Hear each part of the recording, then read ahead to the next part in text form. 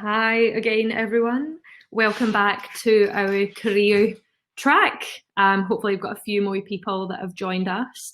So I'm about to now bring on the stage Dr. Khaleelah Jones, and she's going to be talking to us today about how she went from agency to an AI tech company. So how her digital agency went from service to product-based business. So Khaleelah, when you're ready, do you want to switch on your camera and microphone and join me on the stage here?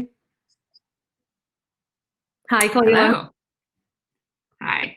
Perfect. So I'm going to let you just take over. I'm going to switch off my camera and microphone. I think you're going to share screen as well and share a couple of little slides with us. So, Can you see it? yep, I can see it Okay, perfectly. cool. Go for it. Thanks, Khaleelah. Great. Thank you, Nicole. Hi, everyone. As Nicole said, my name is Khaleelah, and I'm here to talk to you today about how I took our digital marketing agency, Careful Feet Digital, to a service or product-based business. So really preparing to scale up, and just to kind of break the suspense, it's still a work in progress. I think it always will be. But the thing that really inspired me to talk about this today is Ada's List itself. So I found my co-founder on Ada's List. I found my lead of ops on Ada's List, have networked with so many people who gave me inspiration and insight on the way, because I am not technical myself. And so I thought, because this is a topic that I've spoken with many Ada's listers about, and I know that that's something that a lot of people who are running service-based businesses want to learn more about, is about kind of taking that service-based business and scaling it into a product-based business. Why not make it the subject of a talk? So here we are.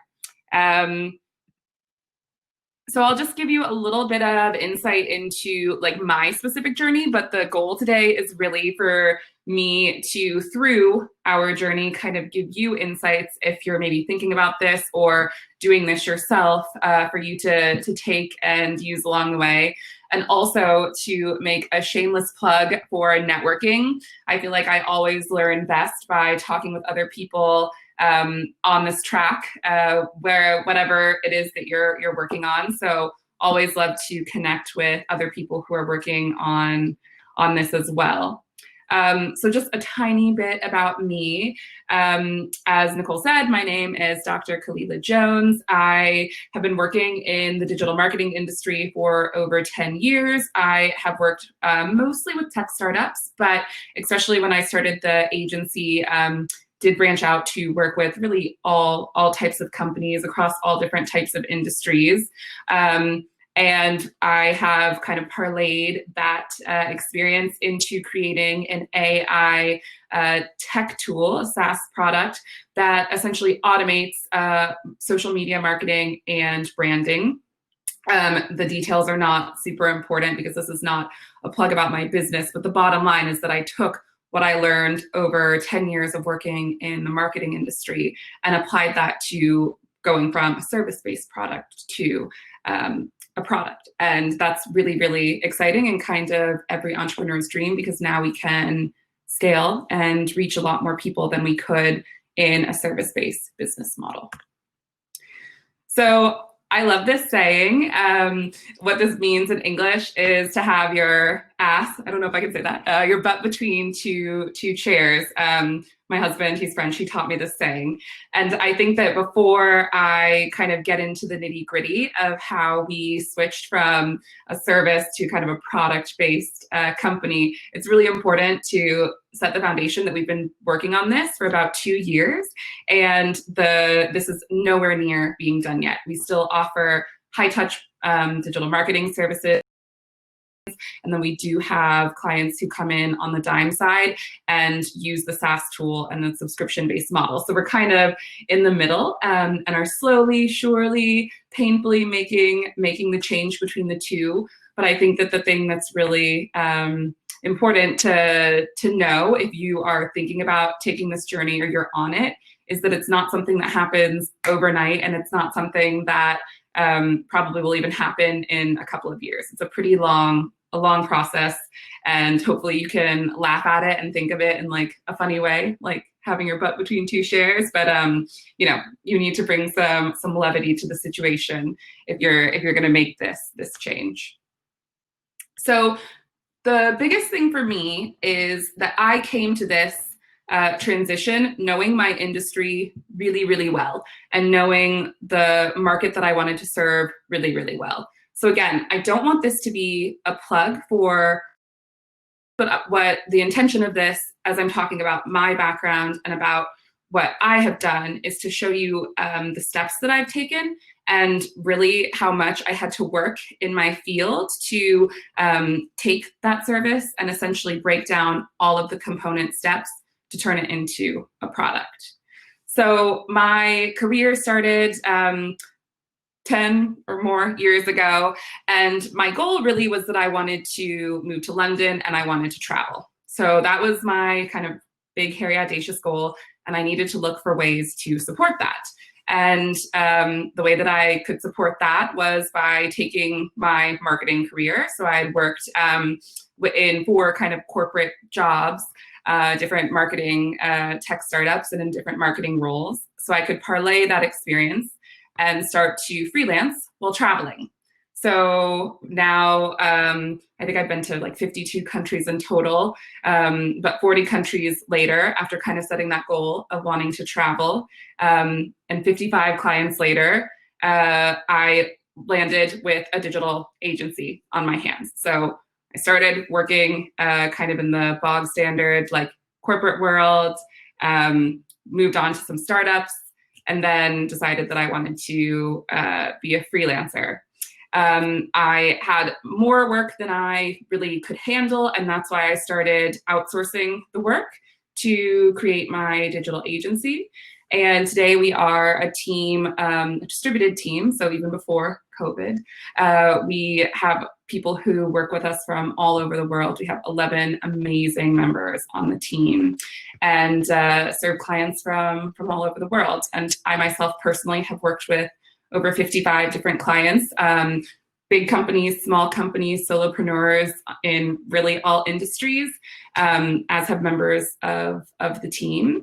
And we have one thing in common. We all are freelancers.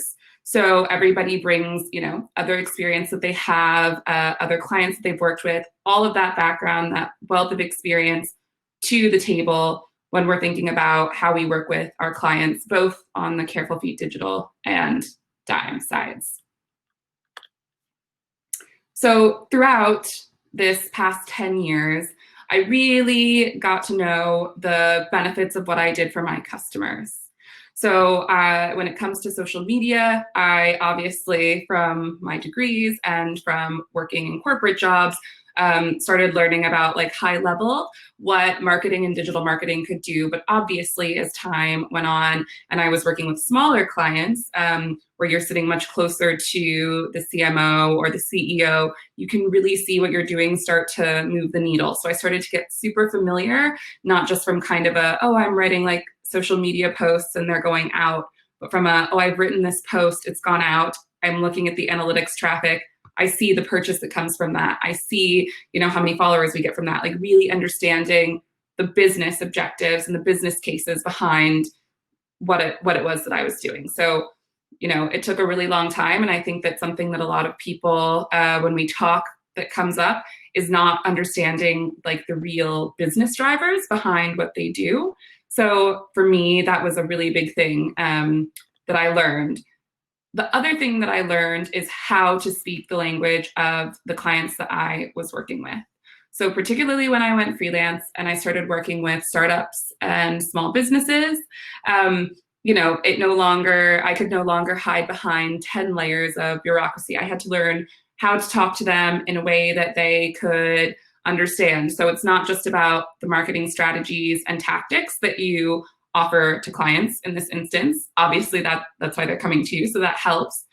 But it's about really finding ways to show them that what you're doing is saving them time, it's saving them money, and it feels effortless. Like particularly small business owners don't want to take on things that like cause them, you know, more time, and they're cash strapped. And if they don't understand it, then it's really hard to get them to be like, oh yeah, that makes sense. It's going to help my business. So as I'm sitting here working with all of these small businesses and startups, I really am intimately seeing both the business cases that are driving, their decisions to use social media and the benefits that they're gaining from that. But I'm also learning about specifically what their challenges are as it comes to digital marketing, as it pertains to getting new business in the digital landscape. And I'm starting to learn how I can speak to them, how I could, when I create a service or a product, really articulate that to them in a way that they understand. And of course, I also kind of had my own ambitions after a while with the agency to, build a business that could be more scalable. With a service-based business, typically the more clients you have, the more people you need to hire to serve them. And with a product-based business, that is often, if not always, the opposite. You don't need to do that. So after a while, I knew that I really wanted to build this business, but I knew that I needed to really get to know the customer that I wanted to kind of work with to do that. So as I worked with these 55 clients, I started to kind of just make sure that I kept track of what it was that I was hearing again and again and again when they came to me for help with their digital marketing.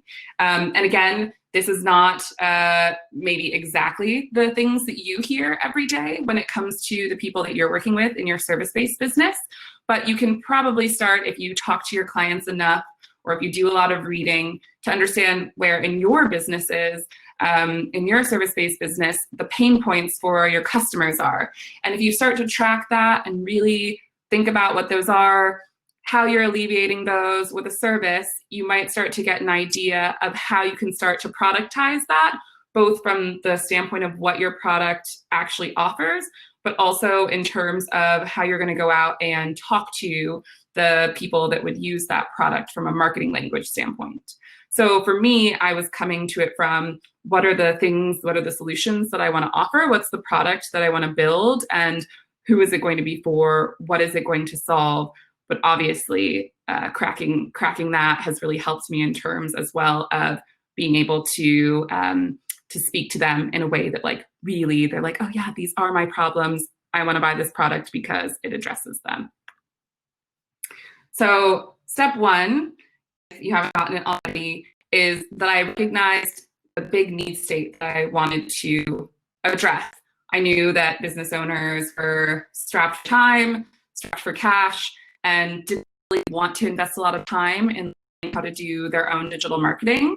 So really what I needed to do was take some of the services that our business already offered and find a scalable way to address that. So making it so that it was less costly for our end user, making sure that it was super easy to use, and making sure that it obviously was giving them the business kind of imperative needs that they had. So brand awareness, increasing sales, things like that. The next step after I kind of like realized like, okay, my agency is doing that, it's addressing that need, was I started to scour the market for what else was out there that was a little bit more scalable. So I asked myself kind of these questions and started to just kind of cull through what was already there. Everything from, are there any other solutions that are addressing those issues? Are there other solutions out there that are addressed for digital marketing that are saving people time and money and are super easy to use? If there are, what do those solutions offer? And do they actually offer anything that's interesting and innovative technically? Or is it just that it's actually like people in the background and it's just like fancy wrapping and window dressing? And is the market like ready for this? Is the reason that there's nothing actually out there because, just small business owners and startups aren't ready to buy into something like this? And really, sometimes, I've had a couple chats with Ada's list members about this, about there not being competition in the market. And initially you think that's amazing, but actually being a first mover in the market can be really challenging because what you're doing is you're trying to break down the door and tell consumers like, I promise you this is something you need, without them being able to really understand that. So I had to really think about, if there's no one kind of coming before me, is that actually going to cause a problem in terms of me being able to get business? I looked at other competitive tools. In my case, there were ones which I looked at as a positive thing. It means the market's ready for it. And then I also chatted with people who already were using us as an agency to kind of talk to them about what they felt or thought about my idea before I took any action, before I paid any money, before I talked about it to anyone that I knew really well, to kind of see if there would be interest in the part of our target user, small businesses. And then only then did I decide, okay, I think it's time that I can start to build this. I've checked off all of these boxes. So that's where Dime came to be, after really like laying that groundwork. And it took like 8.5 years of laying the groundwork to really even get the idea and push it up to the level of feeling comfortable to do something about it. So I think another thing that I've talked with a lot of people about is how we expect all the results now and we just want to get going with our idea. But I promise you, at least in my experience and in the experience of other founders who are going through this, really waiting and like doing your due diligence makes for, I think, a smoother transition, or as smooth as it possibly can be. So the next step after I really came up with that solution and decided, okay, I'm going to create this tool that automates social media and branding. These are easy things for business owners to understand. They know they need it. We can do it in a way. Was I built a really inexpensive prototype. So the tech kind of startup world, it's called an MVP, a minimum viable product. But I mean, it literally was like a type form that people could fill out. And that was really intended to get people's feedback in terms of whether they could understand and felt comfortable with me saying, like, a computer is going to write your social media posts and decide when to post it. That was the intention that I had. Do you feel comfortable telling a computer about your business and for it to take everything from there and get feedback? And I would highly recommend, rather than invest a lot of money or like give up your day job and put all of your eggs in the basket of going to the product, build that MVP and see what feedback you get. I always say throw everything to the wall and see what sticks, because that's just, it's really important to see what the feedback is from your target users. I made up this graph in like 3 seconds, so please don't take anything from it. I just needed a nice picture. But basically, you know, if you already are running a service-based business, then something that I think everyone struggles with is how you split resources between the kind of service side and the product side. Both from, you know, one is generating revenue and one is not, but also from a like mental, how do I split this out? And I could probably, I think that if anyone wants to talk about that, because I don't know if I really have the answers, I think that's really a hard nut to crack. But if you do have the answers, please email me and let me know, or pipe up at the end of the session and tell us, because I think that's a really key thing, is to make sure that people are really clear on what they're working on and what they're kind of owning, and being really clear with them about expectations. And if you're a company that's making that transition, that can be really difficult to do. So all I would say is that it's really important to make it clear to people, here's what you're owning, here's what my expectation is of you in this whole kind of messy world with our asses between two chairs, where we're trying to make this jump. But it is quite difficult. And so because it's a little bit difficult and scary, you just have to kind of sit with that and become really comfortable with being clear with people about what it is that they need to do. And also maybe foregoing a little bit of salary. So in this case, if you are making kind of that transition, maybe there are ways that you can be creative about, you know, working with a team and seeing, you know, what people's comfort level is with taking equity instead of pay, or really leaning into one side of the business that's generating revenue, and really finding, you know, your financial comfort from one rather than both, but really coming up with a process and a way that works for you. And, you know, like I said before, this is a work in progress for us. So currently what's happening for me is that most of the day-to-day stuff with Dime goes to my CTO.